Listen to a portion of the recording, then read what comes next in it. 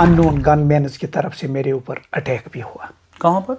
कुंजर जो जमिया अल हदीस है, वहाँ मैं नमाज़ पढ़ने के लिए जा रहा था और शाम के 6:45 बजे मिलिटेंट आए, मेरे सर पर पिस्टल रखी, 3 फायर किए और वो पिस्टल लॉक हुआ।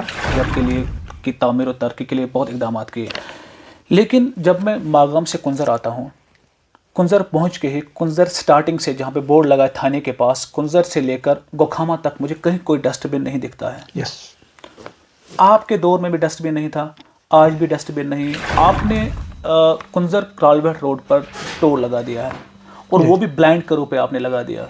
यस, तो उसका क्या जवाब बनता है ब्लाइंड करो पे टोल लगाना? डॉक्टर साहब मैं वन तुम सवाल से जवाब याल पटन अड़गिस कुंजरस अंदर तक वाशरूम बनाइए, सो बनो शायद तुमसे दौरस में।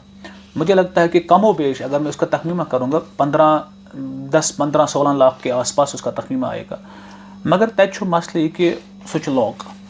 मैं रिसेंटली गया तो वो लॉकड है। यह गलती कहज गलती अत ड्राइवर हजरात तमो कोर ये अमिच ट्रेंड चलो तमो हज। दोम चीज बहुत दुकानदार वनकस कर गुजारिश, आप जाइए तुम करो इस्तेमाल, तक थावन यम नफर, बुत कर पन अप्रोच, वहाँ पर आदमी होगा ओनुक ओत्र नफर हज पोस टोल के जरिए गाड़ियन टोल गोड़े दिवान ड्राइवर बेचारा सुबह आ इन 10 रपियन अख, यह हेको ना अथ बुनियाद पर वॉशरूम सनित, ये पोस कोत गसान। सर मुझे बताएं कि आपके दौर में आपने सॉलिड वेस्ट मैनेजमेंट प्लांट जो है उसका क़याम अमल में लाया, अच्छी बात है, बहुत पैसा उस पर आ गया, वो आपके दौर में हुआ है। लेकिन नॉन म्यूनसिपलिटी एरिया में उसको कायम किया गया, जहाँ पे जिस लैंड पर एक यूनिवर्सिटी कायम होनी चाहिए थी, एक बहुत बड़ा स्कूल कायम होना, जो आप ITI कॉलेज की बात कर रहे हैं, वुमेन्स कॉलेज की बात कर रहे हैं, वो होना चाहिए था।